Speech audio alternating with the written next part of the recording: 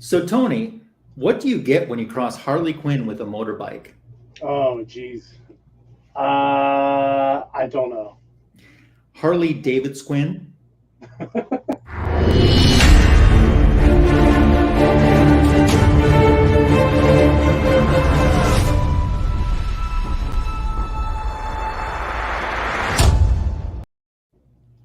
That's a good Welcome one. to the greatest DC comic show on YouTube. It's Sunday evening and it's Fanboys Live and the Retro Review.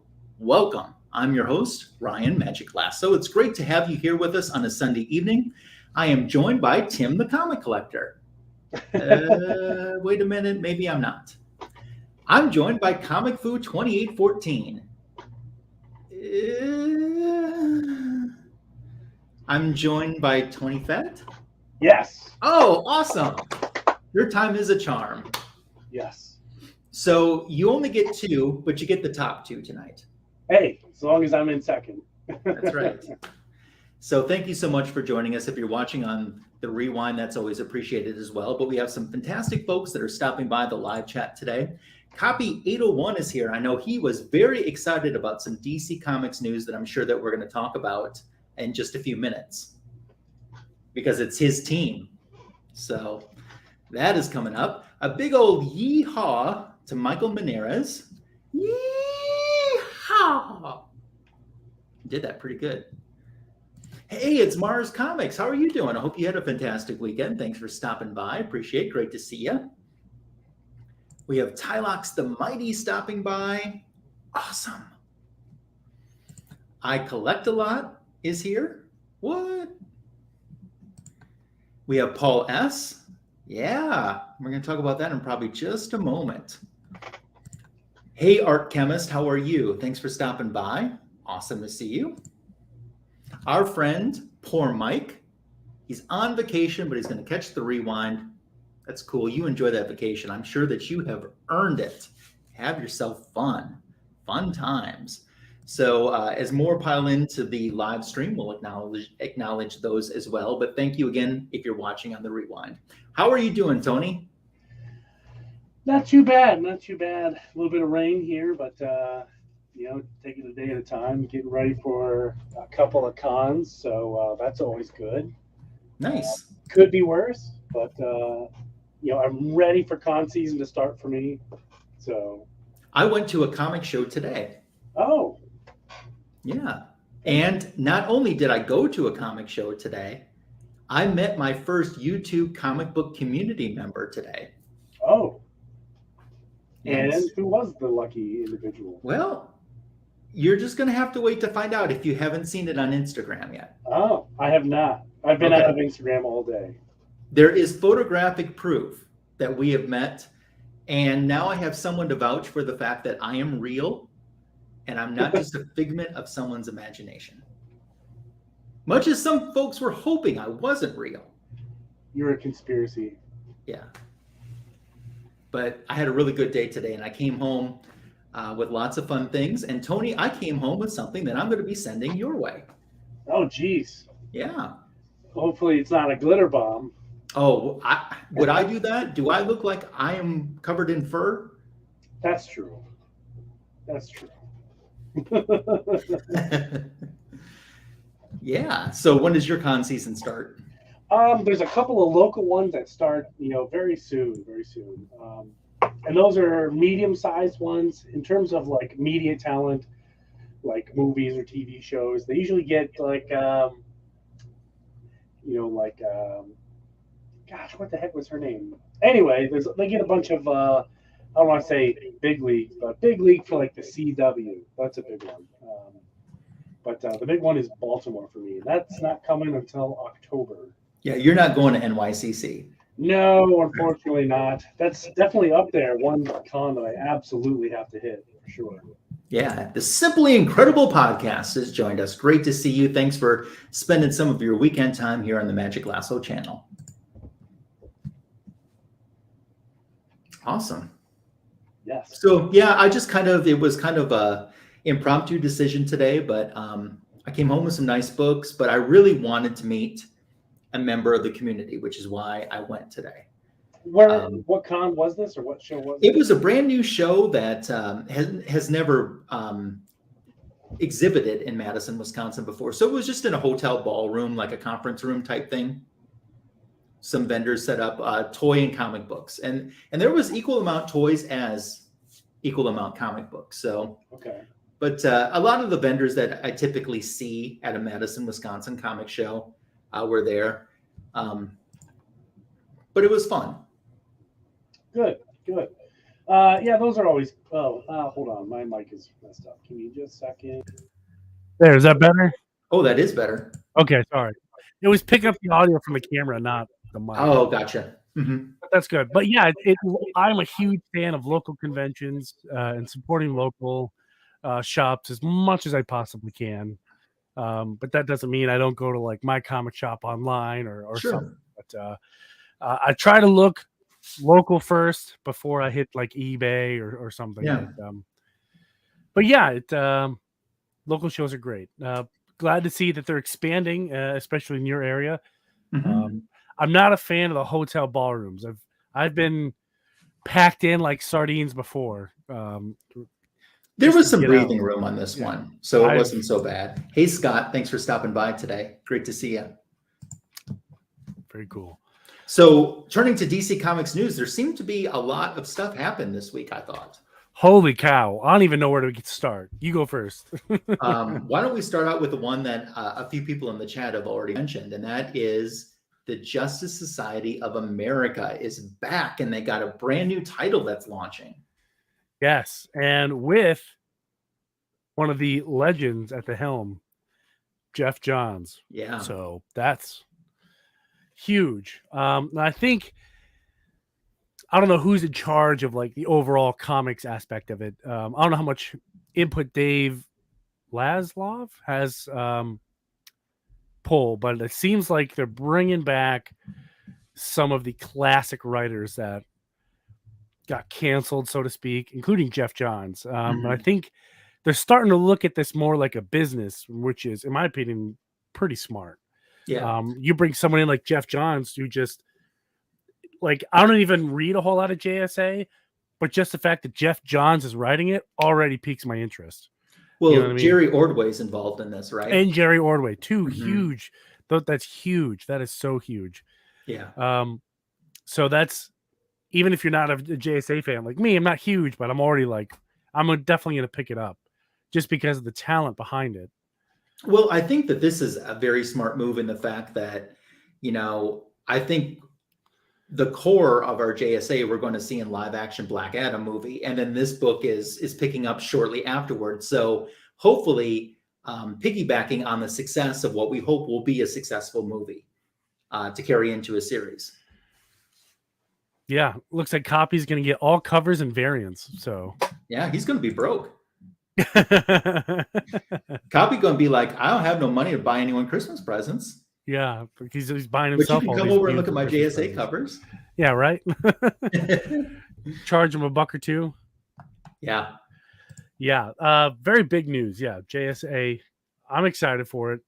Hopefully, this trend continues. They realize that, you know, let's just sell books. You know, let's not, I hate to say it, politicize everything. Mhm. Let's just tell a great story. Let's get some people who know what they're doing and make some money. Yeah. Which is good. So moving on to the Flash movie. Yeah. WB is in quite the pickle because the Flash movie is really kicking some butt in the test screening department.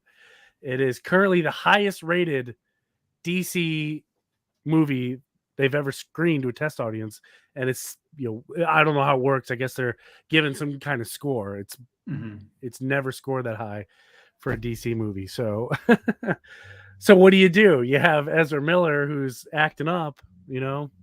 Well, you know, there has, I'm sure that you've probably seen the article as well. There has been an article that floated around saying that Michael Keaton is going in as part of reshoots in something that's going to change the ending to the movie. Now, is this true? I don't know, because, you know, and it's not just recently, it's been several years now that you get these articles that come out, and one article will say one thing, and the next article will completely 100% contradict what was said. And there have been things that people have said that weren't accurate at all, which was proven once the movies came out. We'll see. We'll see what happens, but that is a rumor floating around. Yeah, this makes sense because they brought back Ben Affleck to change some scenes, which, again, rumor has it, changed the end of the movie. So I'm not sure if this is just because of what Ezra Miller's doing and they're finding a way to kind of end him, but maybe keep on Ben Affleck because he's an Aquaman 2 as well. So I'm not sure, or maybe this is, who knows? Is it because Ezra Miller's acting up, or is it because David Zaslav is bringing down the big Z hammer and he's like, well, I think all of it forward. stems from Ezra Miller and his unpredictability. You don't know. I mean, you don't know what he is going to be like at the time that the movie drops, let alone what he can or might, or what they can or they might potentially do before the movie drops. Although there are rumors saying that they are in treatment. Yeah. And I hope so. I hope that's true. You're right. It sounds like it's needed. I hope he's getting all the help he needs. Yeah. Another movie series in DC that is in some hot water. I don't want to say hot water, but I think maybe we knew this was coming. Robert Pattinson's not Dark Knight, The Batman. Matt Reeves at the director's chair there, getting phased out officially. Once that trilogy is done, it's done. No plans to continue it, which brings it to question. The Penguin series is already most likely not going to happen, which is a shame. It seems like most things that were announced or set into motion before the Discovery merger takeover are in question or questionable or canceled now. Yeah. But there's some, not all, some projects are definitely moving forward. Like the Green Lantern Corps. I know Comic Fu would be very happy for that. No, see, they were just saying a couple of weeks ago that it was canceled. I read an article today that said it was a go. So that's why you have what I believe is happening is a lot of people are just essentially speculating or guessing. Oh, I bet this is what they're going to do. And they just put it out as fact. And then they stand behind, an anonymous source said. Well, how do you know that that's true? If you know what? If you're talking the talk, name some names. Yes. Yes. I kind of, as much as I would love to start over in the DCEU, just completely start over from scratch, I kind of also don't want that to happen because I like Gal Gadot as Wonder Woman. I like Henry Cavill as Superman. And I hate to admit that I'm wrong, I like Ben Affleck as Batman. I was very anti-Batfleck. Those three work very well. He's not 100% grade A West, but who is? The man himself is. Only he can be. Only Here's 100% right there. Warlord James, how you doing? Good to see you. What's up, buddy? And what also gives me hope is that in an interview that David Zaslav gave about the future of DC films, he didn't give a whole lot away, but he did say that the future of the DCEU will revolve around the Trinity. Superman, Batman, and as it should. That's your core characters. Why would you ever deviate from that? They were the core characters that kept that company afloat for decades. Absolutely. You have Batman, which is one of the most recognizable brands on planet Earth. Same thing with Superman. Why would you change that? Why would you put that on the back burner? That's guaranteed income. So we'll see. I hope we'll get a Trinity movie. Wouldn't that be nice? That would be pretty awesome. Yeah. I mean, we had a little taste of that already, with BVS. Yeah. But Paul is asking about this. So here's the deal. Wonder Woman 3 is confirmed.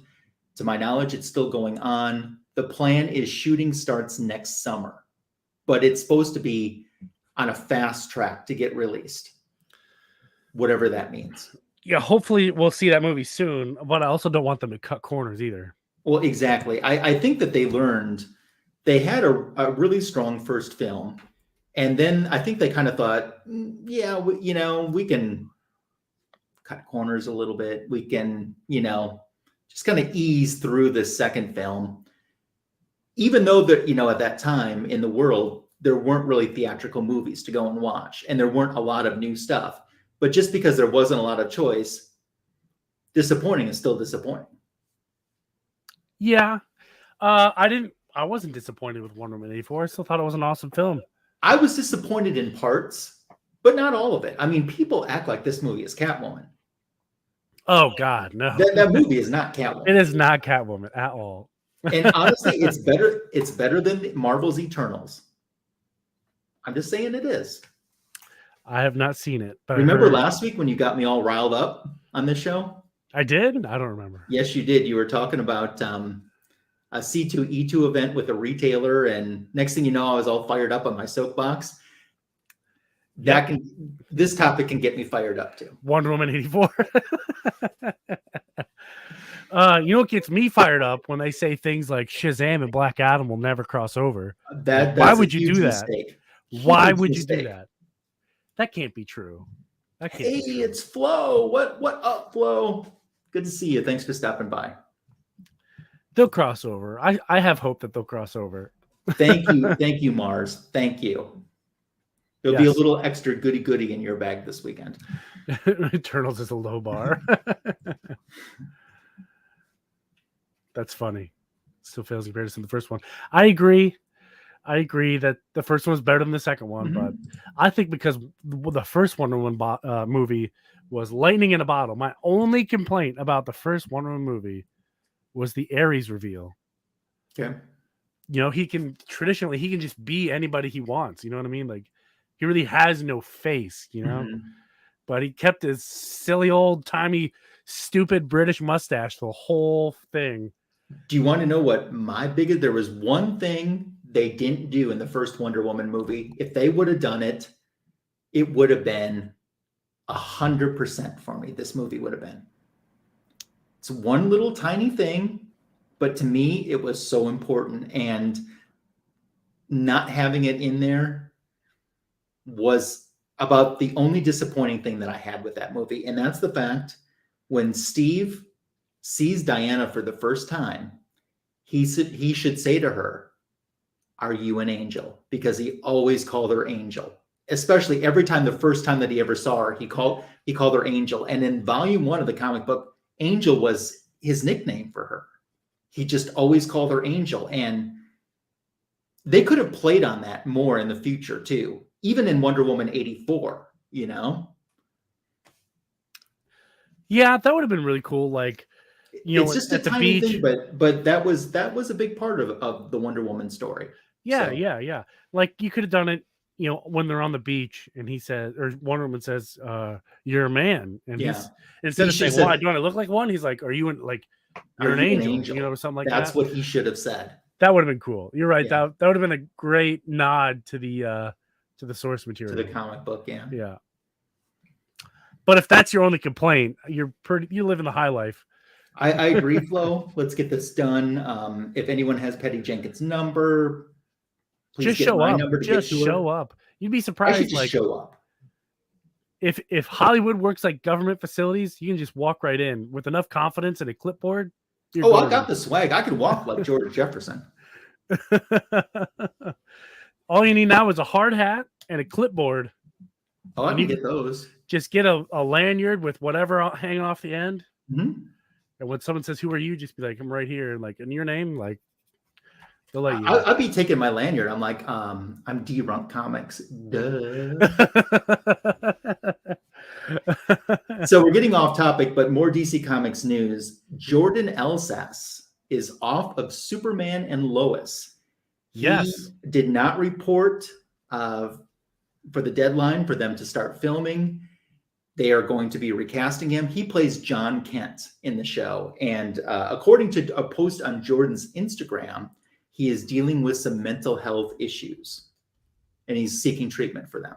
And that's about all we know. But recasting is taking place, I would imagine now, because they got to get ready to start filming pretty soon, because this was a little wrench thrown into them that they weren't prepared for.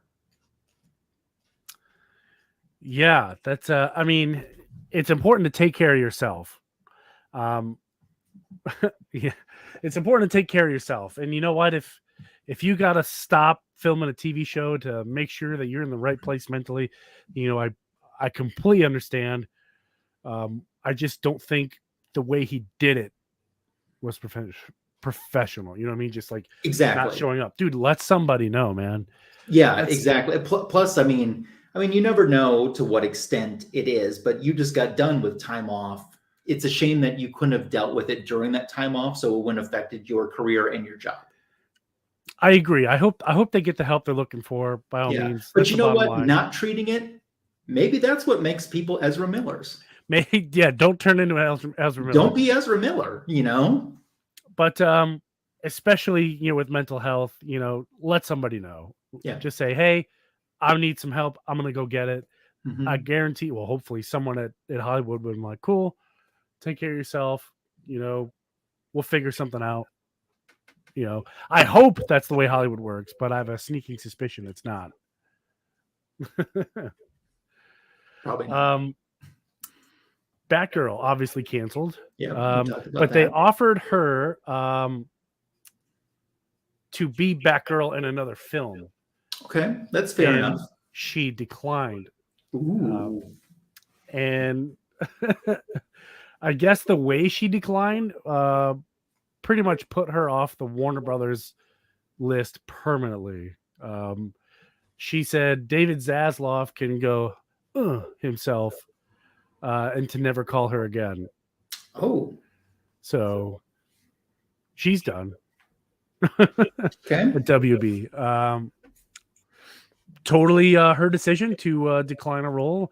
Maybe not the way that I would have done it, but you know what? I think at that point, this is just me talking, I would have taken the role and been the best damn breakout star in that film to kind of be like, see, shouldn't my movie have come out? Aren't I fantastic?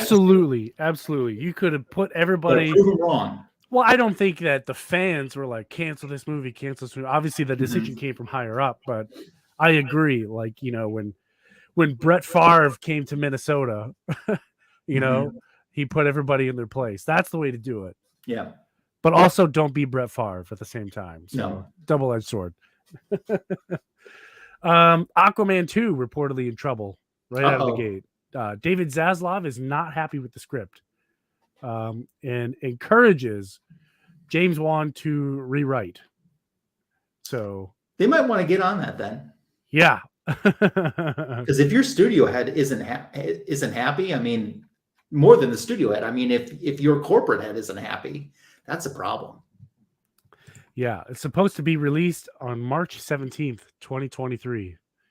Hey, Scott, is that Greg's older brother or younger brother? The GOAT. So we'll see. And this are looking at it again. I guess Michael Keaton was supposed to have a role in this movie. Mm-hmm. He is not. There's zero Michael Keaton in this movie. But there's Ben Affleck. So Batfleck fans, you know, there's hope. Wasn't there a rumor of a Gal Gadot post-credit scene?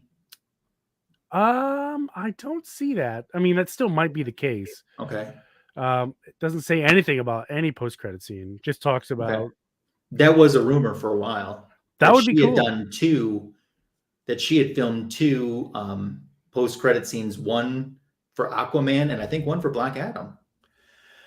Oh, I know.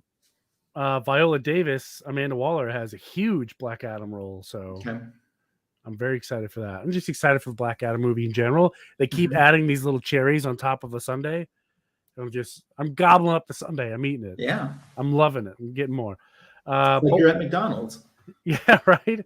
But I hope they figure out Aquaman 2. I want it to be good. I really do. I want Jason Momoa to be Aquaman for a very long time, because my wife loves Jason Momoa, and it's a really easy sell for me to take her to an Aquaman movie if there's a shirtless Jason Momoa in there somewhere.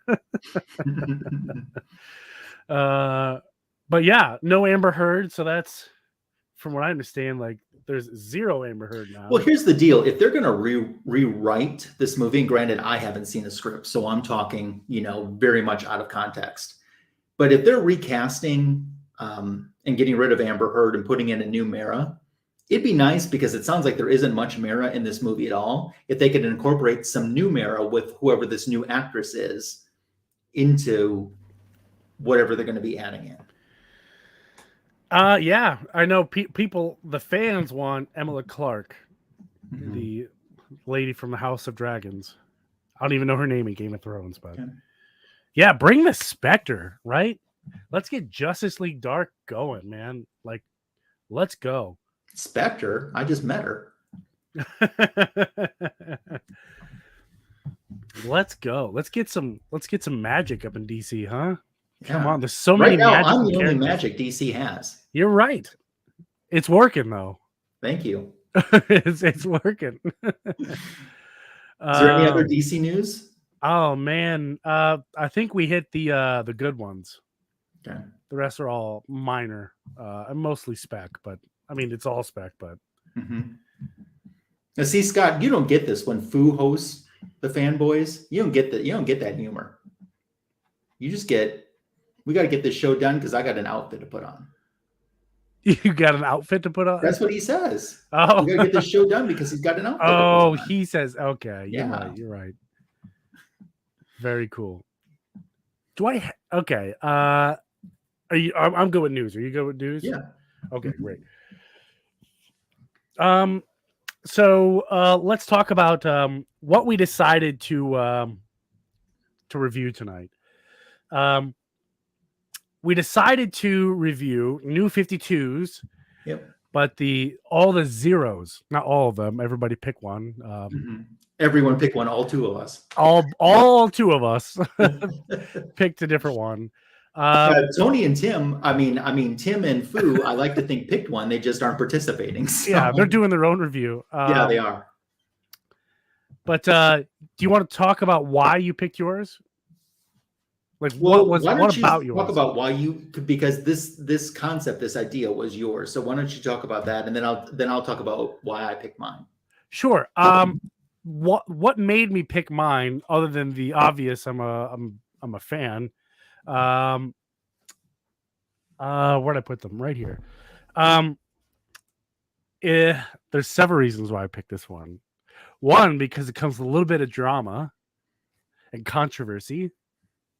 And it makes me laugh. So I picked Shazam number 0 from the New 52.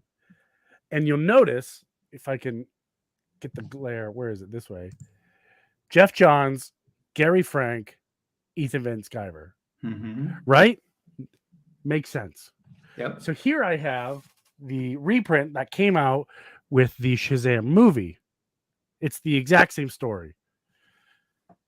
Jeff Johns, Gary Frank, no Ethan Van Sciver, even though he did all the interiors.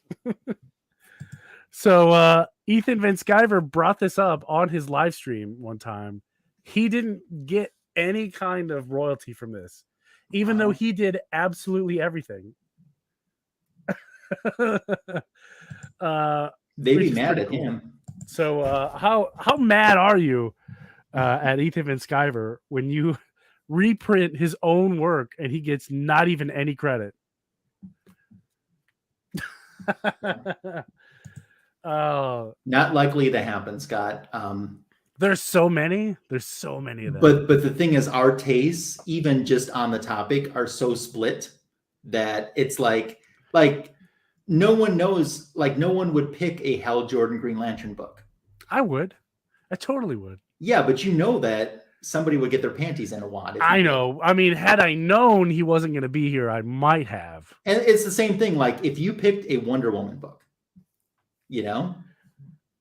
Although I am not doing Wonder Woman tonight. I picked a different book. I saw, and Yeah. that's what made me question why you picked this one. Oh, okay. So the reason why I picked mine, and I'm doing World's Finest #0, which is essentially Supergirl and Huntress from Earth 2. Back then, she was called Robin. I chose this because 2 reasons. If I'm not mistaken, I think I am mistaken, but wasn't at some point, I don't know if it's this issue or not, but wasn't George Perez involved in this World's Finest in some way, even doing covers on some issues? Not this one, but I want to say he was involved in this series somehow. I think you're right. Okay. I've always had a curiosity about this series, and I think it's cool that, the World's Finest starred, instead of Superman and Batman, it starred the 2 female versions of that. So that's another reason why I picked this, but I had never read this story. So I thought that this would be a good read. It's supposed to be essentially the origin / first meeting between these 2 characters, which at the time, Huntress is Robin. She is the new Robin of Earth 2. So that's why I picked. Stephen is leaving. I didn't pick her. In my heart, I always pick her, but trying to expand my horizons.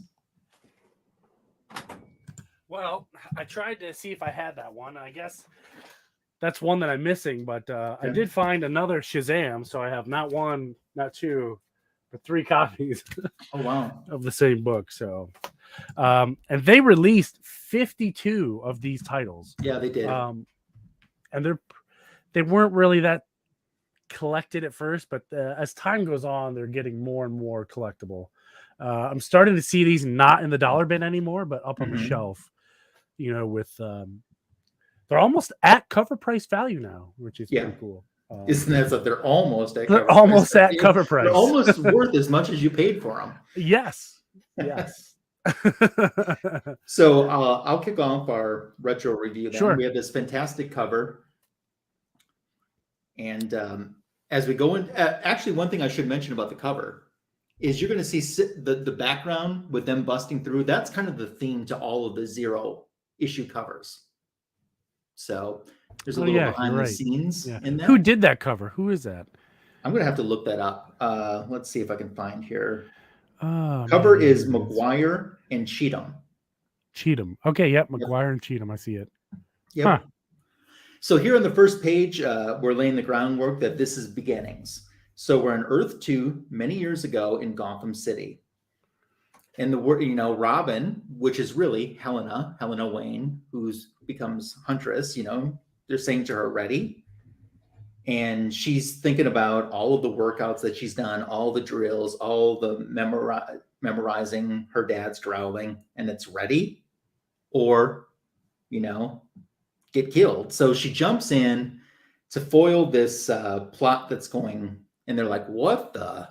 Because this is her first time on her own case. And on the next page, you'll see that she's kind of handing it to him. She's kicking him in the face. She's prepared. And they don't know who she is. Whoever you are, girl, you made a big mistake. And she's like, on the next page, you'll see, she says, you got that backwards. Your life's a mistake, not mine. And then, there's a threat. Don't come any closer. I'm going to harm her. And she's like, don't hurt her. I won't move much. And she's able to defeat and save and rescue the damsel in distress. Of course, she also adds, I lied, because she did move a lot. And she tells her, you're okay now. And the woman she saves says, thanks, and Robin is like, no buts. So there on the next page, we see it's Catwoman, who's been standing by, who's been talking to her and getting her ready for this mission. And she announces, that she is Robin. There's Robins in town, like Robin Hood. And Catwoman says, nice kitten. I love that she calls her kitten. So they hug, and Catwoman's like, someone has to look after the streets while your father runs off fighting intergalactic phantoms or whatever, just us girls. So as we cut to the next page in Wayne Manor, Bruce and Selina are having a fight because He's like, Helena could have been killed. Are you insane?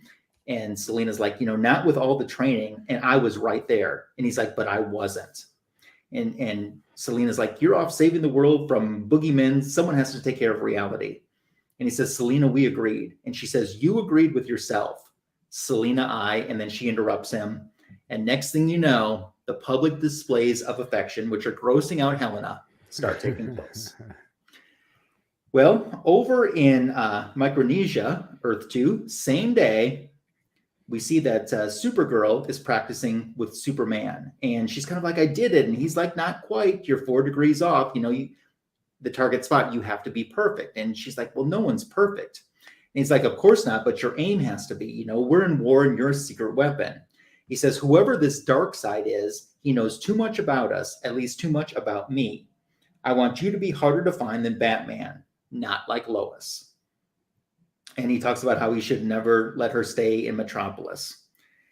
And, Supergirl is reassuring him, she's not like Lois. I'm strong. I have powers. And he says that might not be enough. Wherever he comes from, he can hurt us. Never forget that. And, they speculate, could he have come from Krypton? And maybe that explains how powerful he got. And maybe Apocalypse is a code word. And Superman says, maybe, but, I can't even understand how you got to Earth. And she's like, still no theories. And he's like, well, there's plenty of theories, but no answers. It's logically impossible. We were sent from Krypton at the same time, yet you arrived decades apart. You've aged only months every year and arrived in perfect health. How could this time capsule had enough power to do all of this? And then at this moment, Superman gets called away and tells her to continue her exercises by herself because the monitor shows a possible apocalypse-related sighting in Rome. So he's off to take care of that. Then we're back with Helena Robin on Earth 2, the daughter of Catwoman and Batman, thinking about how she trains 3 hours a day, 7 days a week. She's trained over 10,000 hours now. Maybe someday her dad will let her cut back a little. She probably shouldn't ask for that. But anyway, there's a buzzer. It's time to move. It's time to go. And she thinks about how the alarm's never gone off in her lifetime. The most competent man on the planet doesn't need help. And her mom would never ask for it. So she makes it to the scene and she realizes as she busts through the paramedics, Dad, Mom, oh my God, Mommy. No, Catwoman has been killed. Batman confirms it, she's gone. She thought it was a trafficking ring, but they're weapons. I didn't get there in time. And she says, go gently, Mom. And then says, let me go, Dad. I'll send the bastards who did this to hell for you, Mom. And she takes off. The police are telling Batman, oh, we're sorry. This young girl broke through. We couldn't stop her. Is she nuts? And he's like, no, she's my duh. And he kind of collapses. And he realizes he can't hardly walk, let alone charge, into a live fire after her. He's like, no, I can't, but someone can. So he buzzes looking for help. She's inside this fire and she's trying to find the men who did this. And she's very angry and upset, which is obvious. I mean, they just killed her mother. And she starts taking them down when all of a sudden through the walls, there's this pounding, this busting, and we get that fantastic splash there. What? And Supergirl's like, that's not a what, make that a who, would you? And Supergirl tells him how Superman sent her, but actually he's off, somewhere chasing assassins or something. And a signal from Batman is one of the 2 things that she's allowed to respond to, but you can never say it was me. And she's like, who are you? And outside, the firemen are like, well, it looks like Superman came to the rescue. That's a lucky young lady. And Batman still doesn't know that it's not Cal. And he's like, thank you, Cal. And Supergirl says, what you say that we finish what you started. And the 2 head back into that building and kick some major behind. And they notice that there's this big blinding light there. And, what in the name of Krypton? And it's vanishing. And that technology is nothing like anything they've seen on Earth. It's totally weird. And Supergirl's like, there's more in this universe than little people on Earth, girl. And Helena says, little people matter too. I won't forget that, Mom. And Supergirl's like, well, it looks like you had an awful day. And she's like, I know the feeling. I lost the closest thing I ever had to a mother to these bastards from Apocalypse. My name is Supergirl, by the way, or Kara to my friends. She says, I'm Helena, and I think we're going to be friends forever. And that is the Zero issue for World's Finest.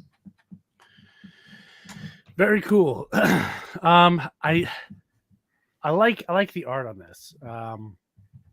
Kevin McGuire needs to do more, I think. Mm-hmm. It's a fun story. It's an easy, fast read. It is. I know that they didn't cut pages or anything, but I wish there was more to it. It was engaging enough that I wish that there was still more. Oh yeah, this was a good story. I don't know how far this story went in terms of in the New 52. I'm not sure. Yeah. But there is, like, you can see right here in this area, they show, I know in Earth 2 World's End, that these two are good friends, but there she's in more of like a Huntress costume and not more like a Robin. So well, this is long time ago. This is their first meeting. So and plus too, I mean, that's a nice nod to pre-Crisis on Earth 2. Huntress and Power Girl were best friends. Yeah. So it's a nod to that. I want to say hello to Jean Malo. So hello, Jean. Hope you're doing well. What's up, buddy? My issue, obviously Shazam. And now that I reread it, I understand why they gave this book out at the premiere of the Shazam movie. You'll notice that a lot of it is a shot-for-shot remake from the book to the film. It's identical. The story is almost identical.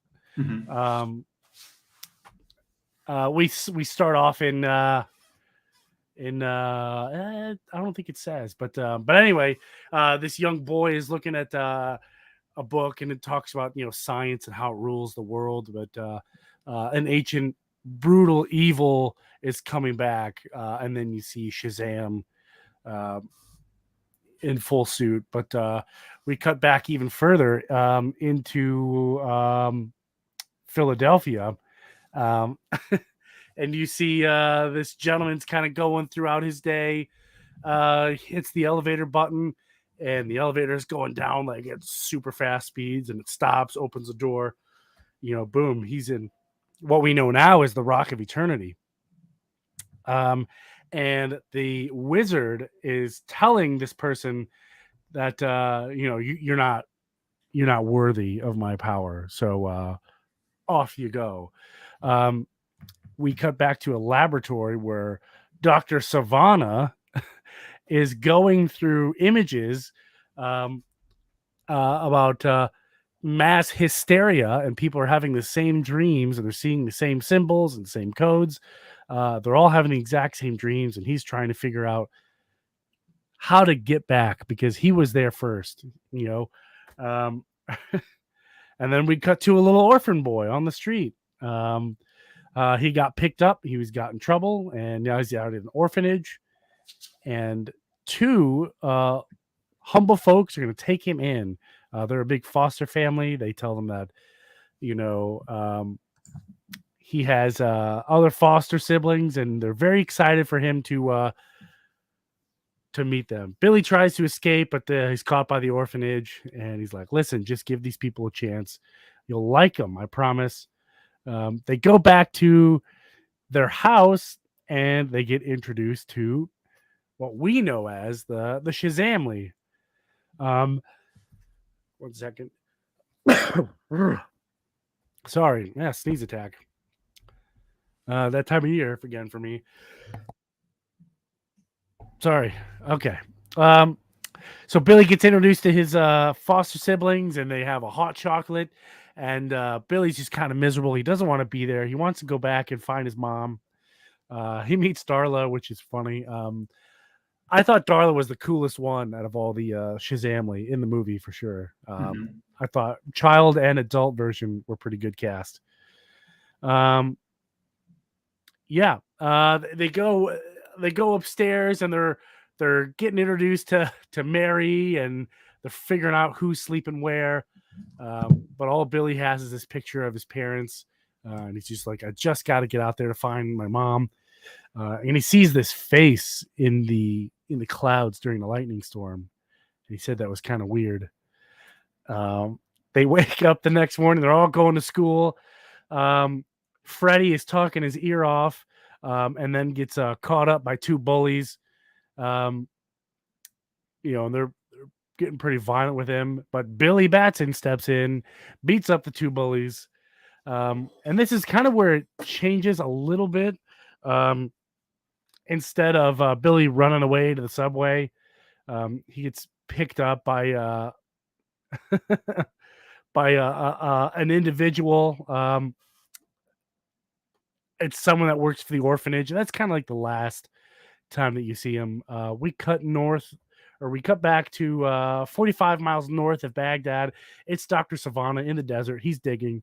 He's found a wall, or possibly a door, and he doesn't know this, but it's enchanted, and he's got his crowbar, and a piece of it chips off and hits him right in the eye, and that's where you get this scene. In the movie, it wasn't quite like that, which is I like the movie version better than this. But yeah, he's got that eye, where he can see magic, he can see spells, which is pretty cool. So we cut back to Billy, and he's gonna run away. He's getting out of here. But he gets caught by Freddy, and Freddy starts following him. They go to the zoo.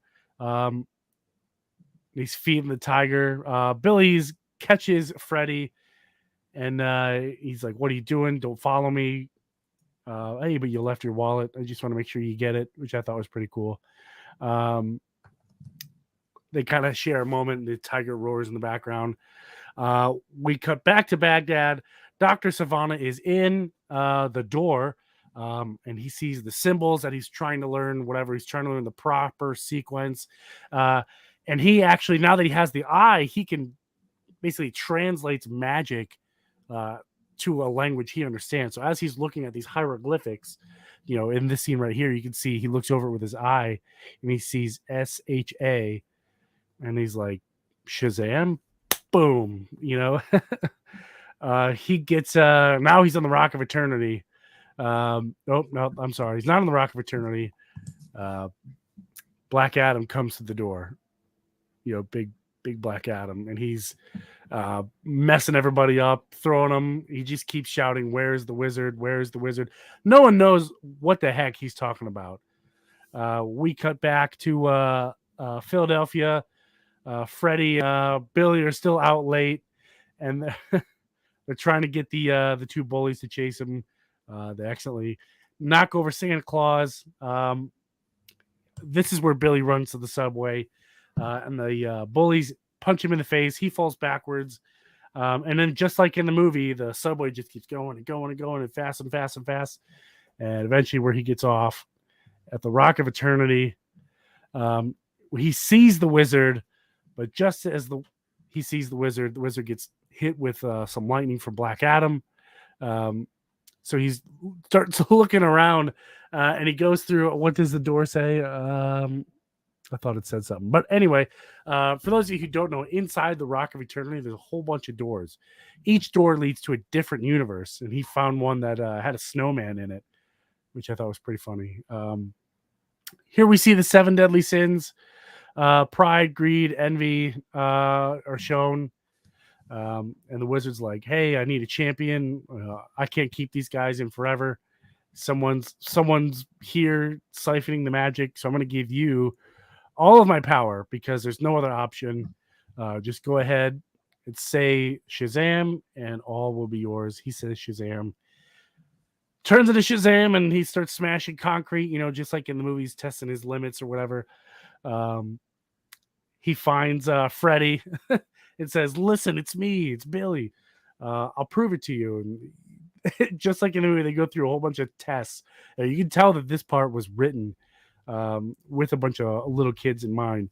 They save the damsel in distress, just like the movie, but he goes a little too far, in my opinion. Throws him through the glass window. Lady gives him $20. They celebrate. They're going to be rich. We cut to Black Adam and Dr. Sivana. And I think had The Rock been in the Shazam movie, it would have been a Dr. Sivana Black Adam team up, in my opinion. So Dr. Sivana makes a comment. I'm not used to flying. Please don't do that. And then they go to Dr. Sivana's company where his dad owns. They take control of the business. Now they have the funding they need. They punch a hole through New York City, and they find an entry point into the Rock of Eternity. Billy and Freddy are on a shopping spree because they're getting money to protect people and stuff. Dr. Sivana is bringing Black Adam's bringing Dr. Sivana to different points in the city, and they're trying to get a hold of the wizard. They go to a morbidly obese man and bring out his demon, which is Sloth. And just like in the movie, they see the ATM break in. Now they have more money than they know what to do with. They stop some bank robbers. Billy gets shot, just like in the movie. You can see where this is going. It's basically a shot-for-shot remake with the movie, but there are obviously some differences. Billy is seeing people of an alternate reality in the mirror. He's confused, but doesn't seem to care. Takes off with Freddie Freeman flying across the city.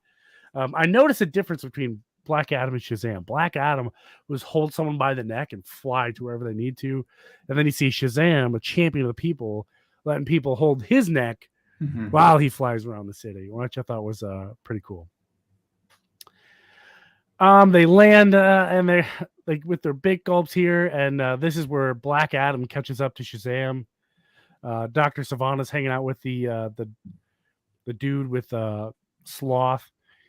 And 1 second. Sorry, allergies. Yes. So Black Adam and Shazam finally meet.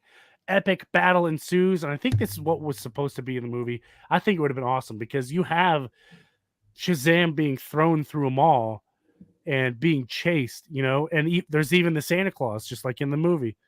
And he's scared. He doesn't know what to do. He's never run into a villain before. So he says Shazam, turns into Billy Batson and runs away and hides. And Black Adam is going through the city trying to find him, and he's throwing buses and cars and trucks and has no regard to human life. Freddie Freeman knows where Billy's going to be, and obviously he's at the Tiger. Brings his whole family there and says, listen, Billy, he's killing people. You got to do something. He's almost amassed all of the 7 deadly sins. We got to stop him. And he says, I don't know how. Black Adam tells the 7 deadly sins to go find the champion. We have a quick Black Adam flashback of how he got his powers. I think this is where the Black Adam movie is going to pick up. It depends on the origin story they do. Teth Adam gets stabbed, but his nephew gives him the powers because you can share your powers. But ultimately, it killed his nephew. And obviously, Black Adam was very sad. Billy Batson turns himself in, saying that, hey, I'm the champion you're looking for, but please don't kill me. Black Adam says, well, that was a dumb idea. I don't know why you came here then. Truck hits Black Adam. Billy Batson is let go. He goes flying. He turns into Shazam. Epic fight ensues. Here come the 7 deadly sins with Dr. Sivana. What are we going to do? And then we cut to right towards the end. Black Adam is starting to summon demons because that's, again, people don't understand sometimes that Black Adam is in magic. He can also do spells, stuff like that. And Billy shares his power with his family to help him with Black Adam and the Seven Deadly Sins. So now they all have superpowers. And then this is one of my favorite Black Adam and the Shazam family scenes right here, where they're all jumping on top of him. I think that's a pretty cool picture, in my opinion. But it's not looking so good because these are inexperienced children. Yeah, they get a couple of good licks in, but ultimately it's Black Adam who brings even knowledge in. So they split off. The Shazam family go to fight the Seven Deadly Sins. Shazam goes to fight Black Adam. The Tiger attacks Black Adam. Shazam gets really upset. Bro, you hurt my tiger. But lo and behold, the tiger is sentient and it's magic. And we get Tawny the Talking Tiger. And Shazam gets the best of Black Adam. And they have this debate of who's a hero and who's a villain. And Black Adam says, I'm a hero. I save the people of Kahndaq. And Billy says, listen, you got to save everybody. You can't just pick and choose. And Black Adam says, I'm going to die here in a second, but I'll be back and I'm going to kill you. And then Black Adam, poof, he's gone. And then we cut to the Shazam family on Christmas Day, opening presents, back to Dr. Sivana. And just like in the movie, here comes Mr. Mind, the sentient evil caterpillar, talking to Dr. Sivana, whispering plans into his ears. And that brings us the end of Shazam 0, which is... Your issue seemed a lot longer than mine. It was significantly longer. Longer than I remember it being, but just looking at here, some of the artwork, it's pretty cool. So it's awesome. So how did the Shazam family know how to use their powers as soon as they got it? How come they're not questioning what just happened to me? How come they're just ready to go? Well, it was like that in the movie too. They just got their powers and they're looking and like, oh my gosh, like... I guess the wisdom and the instructions comes with the power. Because when you nailed it right on the head. Once you're in your Shazam form, you have the wisdom of Solomon. You just know. Paul S. wants to know, is Mary still his sister in the New 52? Yes, Mary Marvel is still his sister. Okay. And I want to say hello to Promiscuous Time Traveler. Thanks for stopping by and visiting. What a great name. So yeah, if you see this book in the dollar bin or whatever, grab it. Very much grab it. Not so much this one. I see this one a lot with the old DC on it, with just Jeff Johns and Gary Frank on it. This is the release for the movie. These going to be the ones to chase the 0 issues. So keep on the lookout for those. Cool. Yes, we're I know. We're going to grade your book on a 1 to 5. 5. I love it. I'm going to go 5. I'm going to go 3. Almost high 3.5. Almost high 3.5. I love Shazam. I love Black Adam. This was an easy sell for me to be a 5. Awesome. Yeah, and this I can tell compared to the other 0 issues, this one is really thick.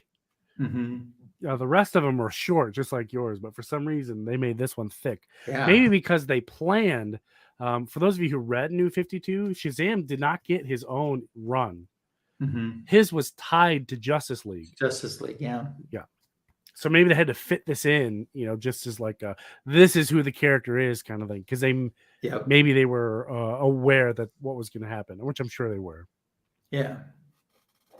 So we're at the point of the show where we're going to start talking about what's coming up and do a book show. So what is on this Tony Fett's channel? This Tony Fett, I like it. I'm gonna release a whole bunch of shorts coming up in the next couple of days, because I'm getting ready for Baltimore Comic-Con, and I may have bitten off more autographs than I can chew. And for those of you who know me, that is a pun. Get it? More than I can chew. Because I started doing labeling my bags for some of these books. So here's a quick preview. Jim Chung and Brian Michael Bendis are going to sign this book at Baltimore Comic-Con.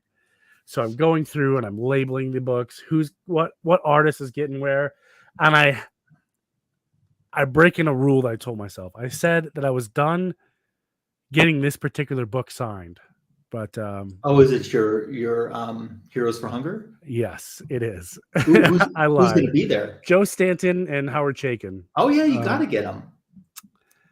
I originally decided not to because they didn't contribute a whole lot into the book, even though they're credited. If they're credited, and I say if they're credited and they're still with us, get them.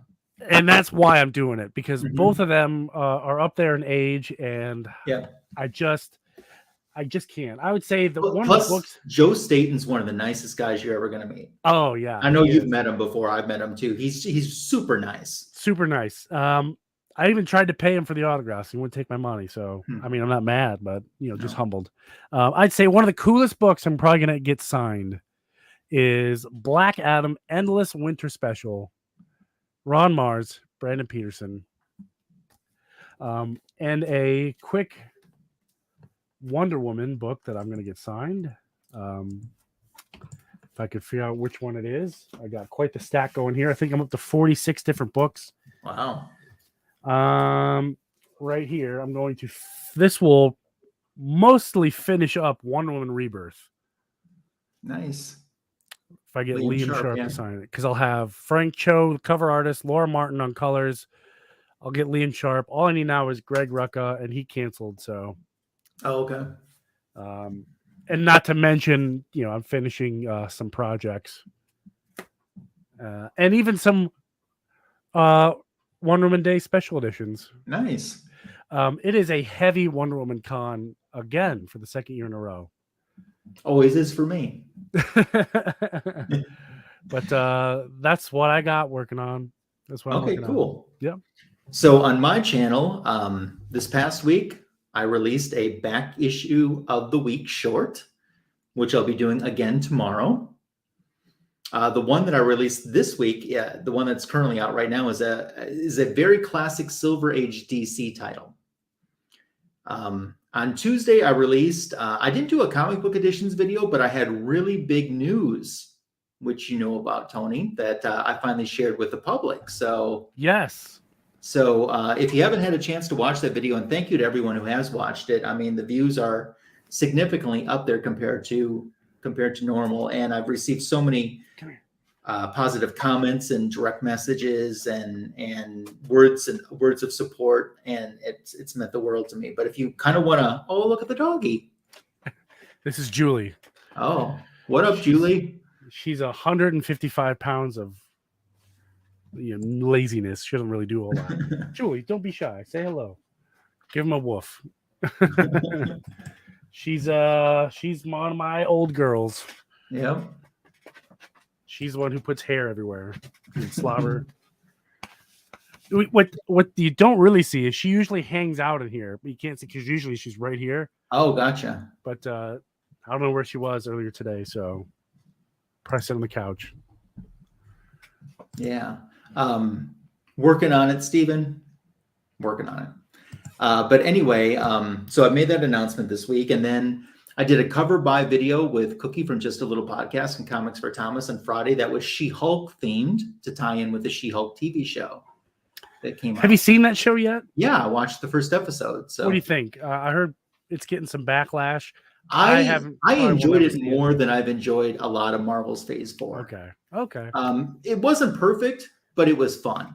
There were some fun moments in it. So I couldn't get into Ms. Marvel at all, but once again, I'm not the demographic that they're looking for on Ms. Marvel. That's true. But I enjoyed it. I enjoyed it more than I didn't enjoy it. So coming up on my channel, I got that back issue of the week, the new short dropping tomorrow. Then on Tuesday, we'll get back to a comic book editions video. I said that I went to a comic show today. It's my goal. I haven't filmed it yet. It's my goal to show you at least half of what I picked up in this week's comic book editions video on my channel. And if you haven't found out, I met my first community member from the YouTube comic community today. And if you haven't seen the picture on Instagram, it is floating around out there, but I'm going to share who that is in that video as well. So look for that on Tuesday on my channel. Links to everyone, even the people that decided not to show up for the show this week, is in the description for this video. So make sure to sub those fanboys up, as well as everyone in the chat too, and continue to build this community. Paul S. is asking Tony, what is the first edition behind you? Oh.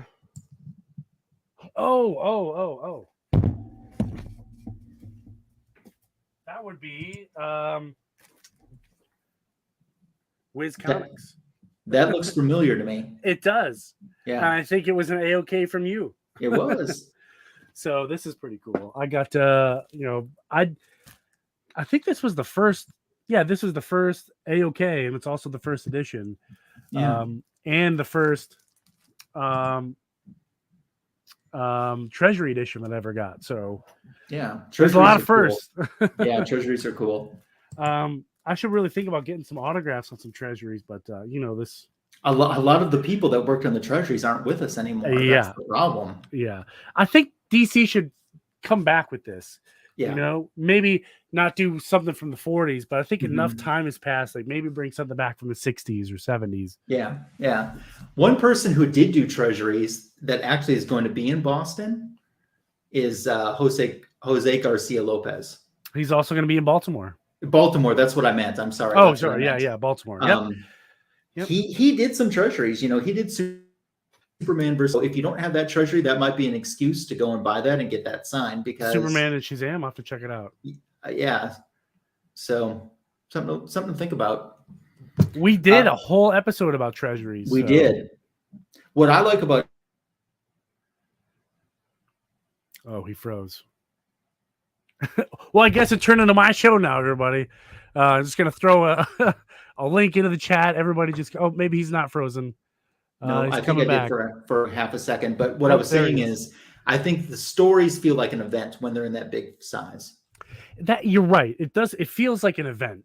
And there's some stories I don't think would make good treasuries. Mm-hmm. But I think as I get older, and let's say I'm in my 80s, late 70s, I would love to see Blackest Night become a treasury. Oh, yeah. Mm-hmm. Or Infinite Crisis, you know what I mean? Yeah. Something like that. Infinite Joke. Crisis would be an awesome treasury edition. Mm-hmm. Killing Joke, I think, would be good. Killing Joke, absolutely. Classic stories. Yeah. That's a cool poll we should make. And I didn't do a book show, so I don't want to forget about that. Oh, yeah, sorry. And I almost did.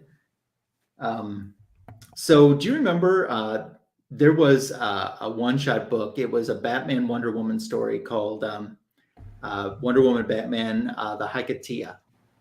And it had this beautiful cover that was an Alex Ross cover. Well, the current issue of Wonder Woman is an homage to that cover. So yes, it's Wonder Woman with her foot on Dr. Psycho. So that's going to be my book show. That's an awesome cover. Yeah, currently at your favorite local comic shop. This wraps up a storyline that they did with Wonder Woman taking on the new Villainy Incorporated. That's right.